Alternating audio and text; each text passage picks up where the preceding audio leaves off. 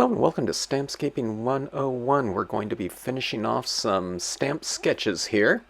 And in this first card, I stamped a scenic sentiment quote in that open space there to the right of the birch trees. We could have done anything in there, but this kind of image on kind of white paper type of, kind of sketchbook type of format really lends itself to some text right in there. You can make it into a greeting card or something like that with some kind of greeting sentiment, but I thought that quote worked rather well in that space. There's all kinds of things we can do on these stamp sketches in terms of color treatments, image treatments, other types of media. Now on this piece right here, I thought it screamed for something in that area there in the clouds, and I always like using a couple bird stamps. I think it kind of creates a somewhat of visual harmony, you know, with these two birds kind of flying around in this kind of thermal type of situation. But that area up there would also be perfect for any type of quote stamp. Okay, now on this one, on the Stardream Lapis Lazuli, kind of a dark iridescent cardstock, I thought, you know, I mean, we're not going to do some kind of sunset scene or something like that on there, so why don't we make it a nighttime scene? And on this one right here, we have space in there, in that open area above the horse, and we can put a quote in there, and I think that would look really good, but I decided to make this one into more of a full scene by adding an extra little hill in the background. And while I had that soft light, that full moon image, I figured let's just use that same one right in this space. And I think that paper there, let's see, is that one the matte coat or kind of more silk coat? I don't remember. No, this one's glossy right here. You can see how shiny it is. Okay, so I am starting off with a really light value of blue, and we'll use this blue on most of these stamp sketches as I call it a kind of a foundation layer, a base layer of color. And when I'm doing that on white paper like this, I start very light because that makes kind of a good foundation layer because it's a color, but it's not a real dark color, meaning that it's not a real big commitment to our lighting scheme, and we can develop it kind of slowly. Now it looks like, I don't know, it looks like the ink is not doing anything at all because it's so light. Okay, so that would be my recommendation, is to start with a really light color in whatever color scheme you're working in. So if it's something like a sunset scene, maybe you start off with a pale pink or something like that. On a blue tone scene, you know, there's a lot of kind of powdery sky blue types of inks out there, and those are a good one to those are good ones to start off with.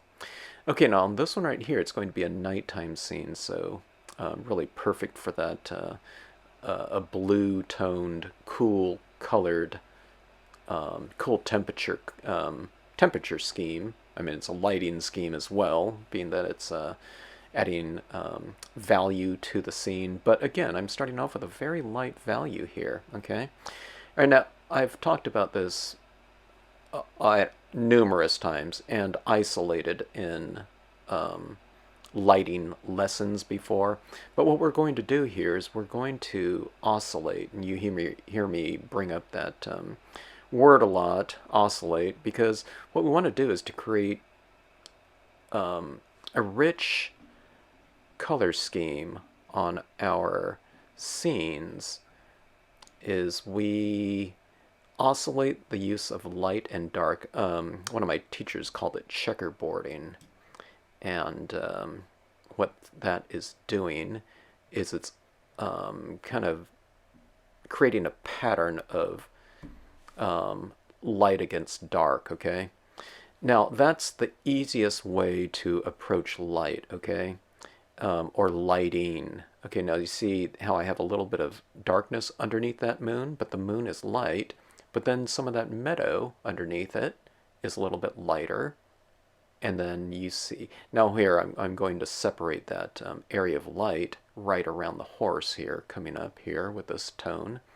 And starting off with the color, this light, it's not making a big commitment, again, to lighting, or a lighting scheme, you might call it. Okay, so see where I'm putting in a real narrow band of light right there, so that the top of that hill in the background is light, but the base of it is darker. But where that horse is on a separate little hill, it represents a hill that's a little bit closer, so I'm separating those two hills with a little bit of distance, just with the use of a very light shade of blue.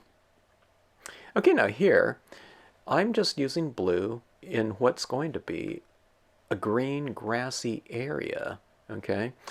I could just go in straight with green if I want to, and that'll do the same thing. But when you put a layer of light blue underneath a green, it will look green because dye-based inks are transparent. So what I'm doing here is that area behind the birch trees is going to represent kind of a blue sky, all right? But to bring continuity between that blue sky and the ground, I have that blue running through both areas, okay?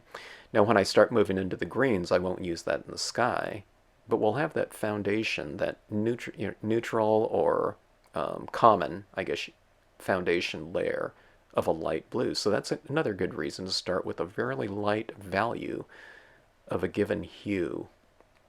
All right, now on here you can say, well, where do we put the lighting on something like this? On something like this, you know, where we don't have a designated background, you know, mountains or a meadow or, you know, lake or something like that. All I'm doing is just simple light vignette. In other words, I'm just darkening the perimeter. But you can see, I mean, you know, when I say dark, it doesn't have to mean pitch dark. It's just darker than an area within the scene. So on a scene like this, where you don't have like a real designated focal point, like a animal or something like that, text is something that should stand out fairly clearly. So I've made that text kind of an area within the light. Okay, now we're going to a darker tone right here. It's like a medium tone blue. It's a little bit of a richer blue. And what I'm going to do here with this next blue is I'm applying it in roughly the same areas as I did with the previous color, but I don't go towards the light as much, okay? So the most coverage you're going to get is with the lightest tones in the base layer, okay? Now I'm just talking about one style of inking here, okay? If I'm using other types of methodology or using foils or something like that, this doesn't apply to that, okay? Because that's different. But when you're doing, a lot of us use white paper, and it could be glossy, matte, or in between, like a silk or something like that. This is what you can do with dye-based inks, or you can use the same principle and, you know, somewhat of the same application with something like colored pencils or alcohol inks, chalks, pastels, etc. You know, it's still the same kind of idea with lighting. You know, you want to oscillate things to give it a richer surface area, okay?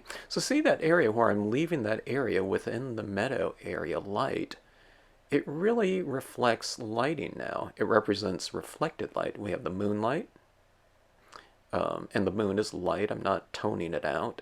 And we have those areas on the meadow that represent reflected light. So it's like light on the hills, okay? Now we're moving up to an even darker tone, so what do we do with this one? We stay even more perimeter oriented. Now here's the thing about birch trees. This is a birch tree video, but on here, birch trees at nighttime, if they're backlit, they're not necessarily going to be white. You could do that for, you know, some sort of design statement, but I'm not masking them off because I don't feel I really need to do that. It's supposed to be birch trees at night. And so I'm just going right over them. But you'll see what we do later on, coming up soon, with some alcohol pens, okay? All right, so same thing here. We're going being a little bit more perimeter oriented. It's a darker color to begin with, so I just kind of stay on the edge. Okay, now Stardream lapis lazuli. This is an iridescent dark paper. Different technique, like I was talking about. We're not building from light colors to dark with dye-based inks. You wouldn't even be able to see them on a dark paper because dye-based inks are transparent. So on darker papers like this, we have to use lighter media. You know, if you have light colored pencils, you can use it on this paper. Here I'm using a paint pen to draw, bring out that moon, and then I'm using a white pigment ink just on a cotton ball and a ripped paper towel to create clouds in the background. I usually do this with imagery that's a little bit more bold and silhouette oriented, not birch trees that are light, but you know, this is all about kind of experimentation and seeing what we can do here. So I want those clouds in the background, but there's those birch trees standing there, and I don't want to mask them off because I'm too lazy to do that, okay? And plus, I don't really think you need to, but I am going in here, and I am thinking about that as I'm doing it. I'm thinking, I don't want too much of that cloud going over the birch tree, but, you know, it's kind of hard to avoid that. So what we'll do is I'll show you some techniques that we finish this scene with that kind of eradicates the need for careful masking, okay? I'm not really into doing things like careful masking and that type of tedium.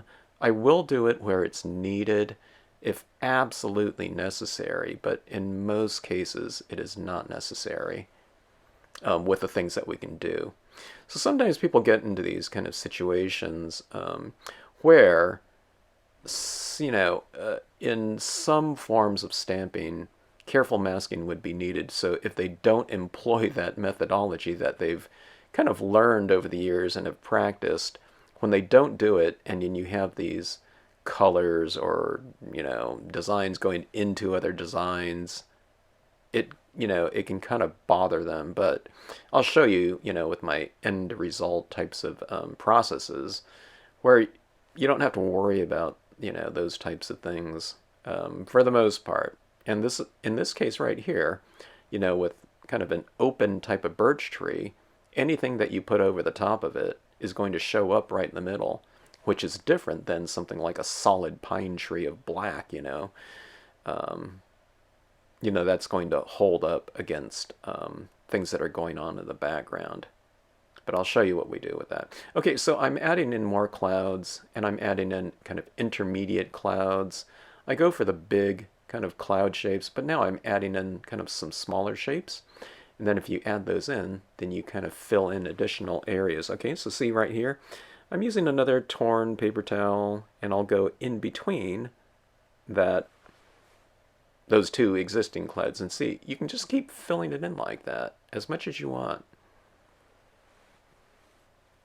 Okay, so going back to this right here, I mentioned that this scene right here was going to have some, you know, it's not just going to be blue down there, it's going to have some warm tones. You're just using some different values and tones of green. This is a memento. Yeah, it's kind of an olivey looking green, kind of a greenish brown. But you can add that right over the top of that blue, and you'll pretty much eradicate the blue. It might look a little bit blue-green for right now, but the more kind of yellow-green, or just different versions of green that you add in there, you'll lose that blue tone underneath there, you know, as a base layer. Okay, now I'm adding in some green in there, and I am going into those trees a little bit, but like I said, I just don't feel like masking them off. But now I'm just taking some alcohol pens, and again, I'm starting with very light tones, so it's a really, you know, kind of minimal commitment to that color and value, okay? So I'm not jumping into like a medium tone tan, you know, tan or brown or something like that. So, and I'm just going in there and I'm just kind of blending and mixing them about. The alcohol pens are not smearing the dye-based ink impressions or tones that I laid in there, because alcohol and water really don't mix. Sometimes you might have a little bit of kind of mixing that's occurring. Maybe you didn't let the, you know, the inks dry enough, but I don't know. I don't really have that problem, especially with like the Marvy black. It really soaks into even glossy cardstock just fine. If you have other types of inks that kind of dry a little bit slower, then just heat set them. Or if you're using some kind of paper, there's incompatibilities with certain types of papers out there. So one of the things that you can always do is just use a StazOn ink pad. That's, the favorite of a lot of people, just to eradicate a lot of the different types of issues that might come up with ink compatibility and smearing. Okay, so that's just going on with a couple different layers of blue. Now I'm going in with a slightly darker blue. But, with alcohol pens, unless you have just, a handful of them without very much variation between values, like a light blue, medium blue, dark blue. Most sets come with a few different versions of that, blue. And what I'm doing is on one side of the birch trees, I'm kind of adding shadows, okay? So in this scene, it's interior lit, it's center lit with that moon. So the trees to the right of the moon, I'm right side of the tree shading, and the trees to the left of the moon, I'm putting the shading on the left side of the tree. And what you get is this, what they call in, I don't know, art schools, they always call it, you're turning the object in space. You're not physically doing it, but you're visually doing it. You're adding kind of values to one side of it and having a varied lit surface, okay? Now I'm adding a little bit of shadow underneath my horse there with a light blue. You can get into some really good detailed areas with pens, and it could be a water, dye pen, but the alcohol pens are really good for that. And you can find alcohol pens really cheap. You don't have to go with name brands. There's sets of like 80 out there that are, I don't know, where 50 cents a pen. I don't know. It's getting so cheap. Maybe not the brush marker type, but the dual tipped types, which are pretty good. I have a set of shuttle art pens myself. Okay, and on these birch trees on this scene, I went with a little bit of blue. Now I'm going with a little bit of tan, so I have both warm and cool, but very pale, okay, on those trunks, okay? So I'm playing around the temperature, but in a very subtle way.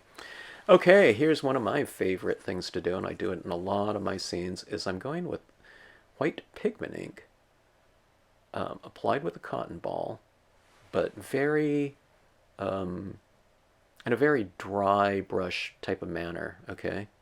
You don't want to go in with a big, blobby, super wet cotton ball, okay? You see that horse there? I've applied some pigment ink on its legs, but not on its back. So again, you're kind of turning the object in space. You have certain areas a little bit more lit or illuminated in this case.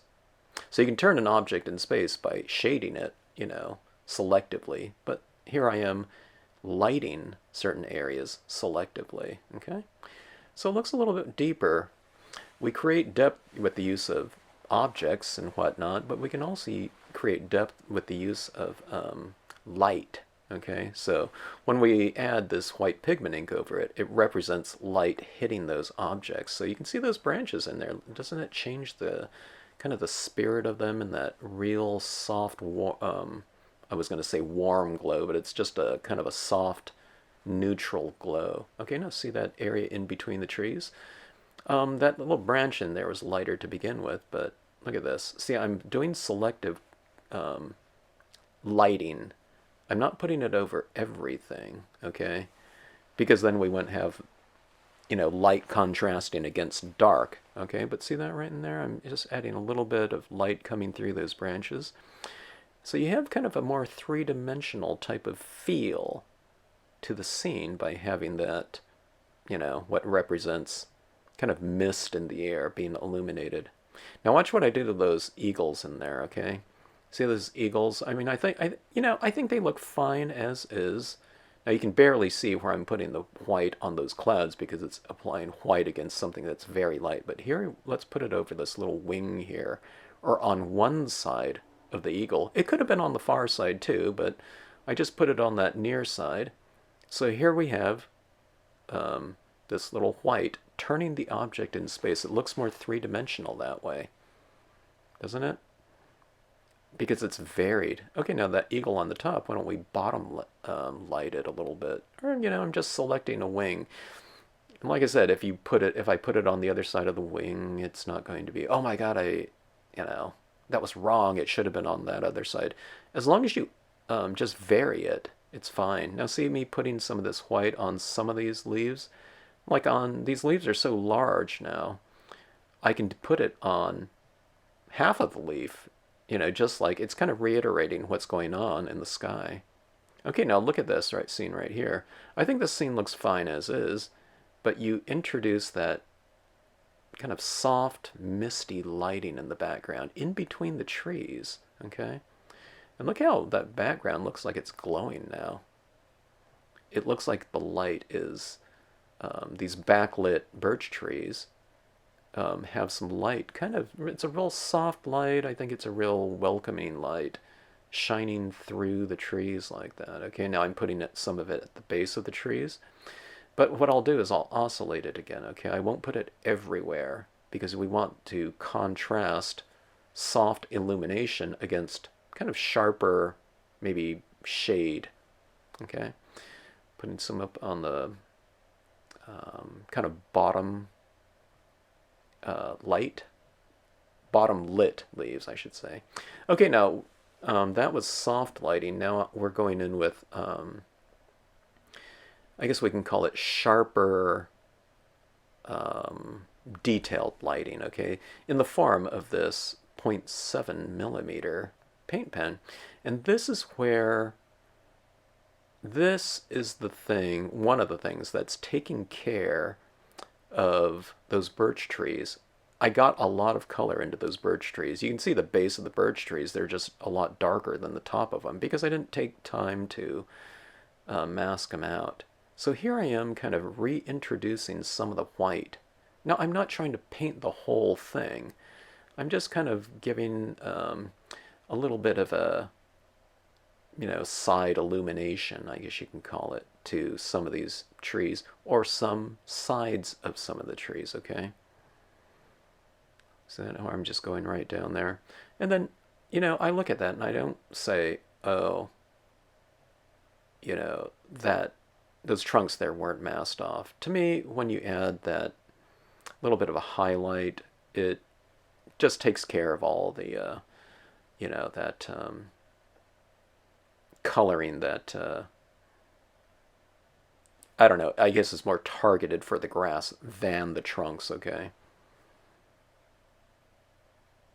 And I think it just blends right in there. And I mean, it's fine to have some kind of shadows down at the base of the trunks too. Maybe, it kind of harmonizes with the shadows that they're casting and whatnot. Okay, now I'm adding a little bit of these highlights on those little branches, which I like doing. Now these trees, the lighting is really coming from the underside of them, right? Because this is an overhanging tree branches or leaves.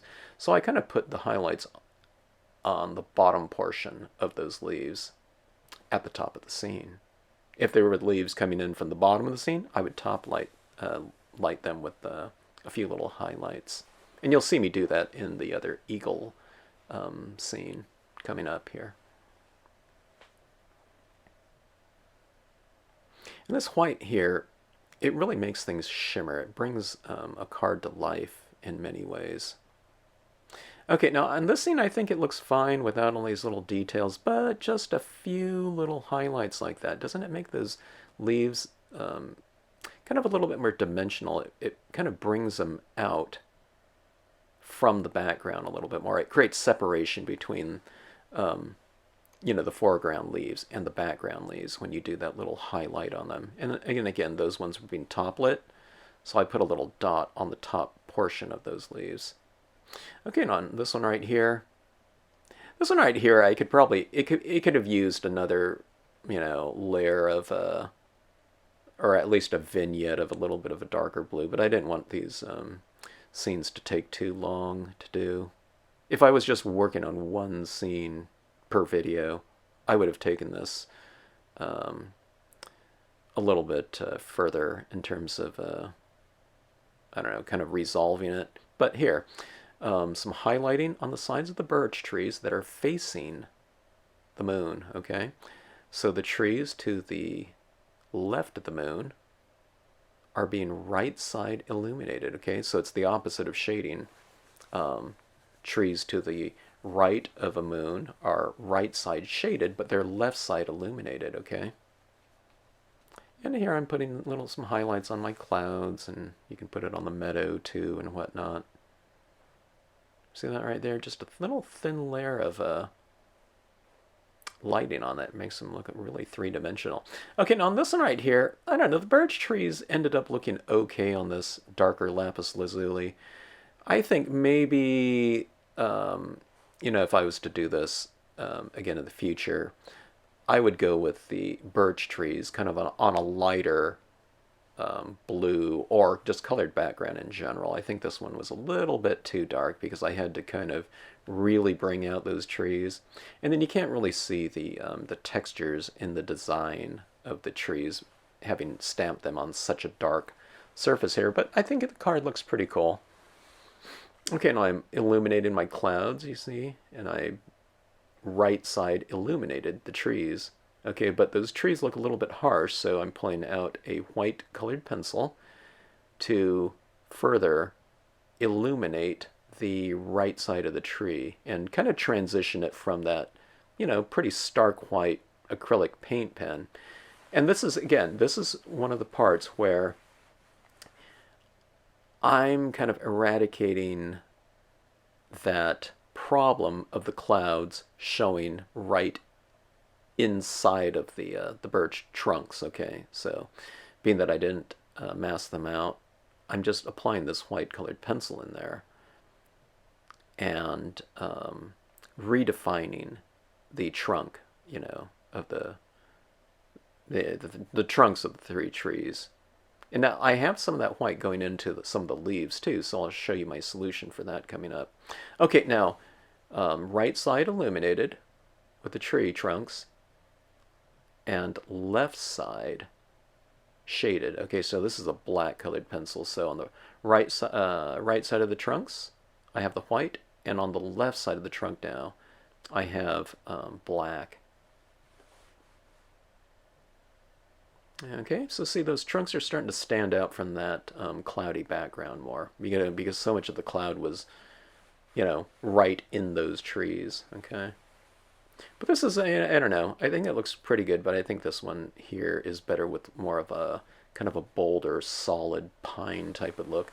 But that being said, I do like what this ended up looking like with these trees, more leaves that I'm stamping in here. So I'm not trying to go right over top of the trees, of the leaves that I stamped before, but I'm trying to do it in between some of those leaves. Okay, so you get some of the lighter stamped leaves in the background, but some of these darker ones in the foreground. And they're so much darker because I just re-inked this. This is a black, graphite black Sukaneko Brilliance pad. So it's a pigment ink. Okay, so see, adding some more there. Look at that. Adding something really dark next to the moon makes the moon stand out by contrast, even lighter in appearance. Okay, so you get those leaves in there. Those trunks look a little bit farther back in the distance, which they're supposed to. But that composition looks a little bit kind of lacking to me. It needs some kind of focal point there on the right-hand side. In the other composition on white paper, I used a quote in there, but this one where you have birds and a moon, and I just wanted to show you what you can do. And I thought it would be perfect for kind of a quote. So you have those birch trees on the left-hand side, and to kind of balance it out, we have the text moon and birds on the right side, okay? And I thought, okay, now you have all those kind of darker images in the form of those leaves on the top. Now I'm adding some more of these kind of I don't know, sapling, whatever things on the bottom of that. And that is it. We finished off these 5 stamp sketches here with further imagery and tone. Thanks for watching.